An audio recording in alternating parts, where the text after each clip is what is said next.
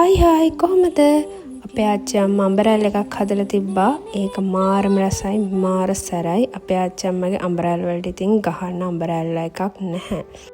මට කරගන්න තිබ්බ වැඩ ටිකකුත් කරගෙන ඕන්න ඕක තමයි අද ආච්චි අම්මගේ මෙනු එක.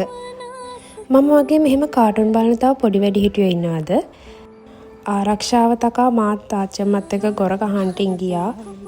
ගෙදරට වෙලා ඉන්න කිව්වට ඉතින් අහන්නේ නැහැ. මගේ කොණ්ඩේ වැඩිය තියෙන ඔළුව නෙමේ කොස්සේ.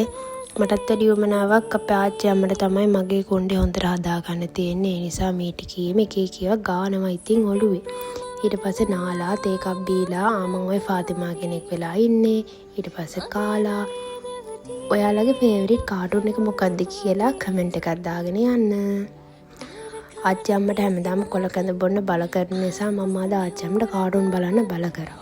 හරිද? ඊට පස්සේ ටිකක් ආයෙ වැඩ කරලා ඔළුව කැක්කමක් හැදුනා. ඉන්න බැරි වෙන්න ඉතින් ඕඩි කොලොන් ටිකක් ගාලා මම නිදාගන්න ගියා. බයි බයි.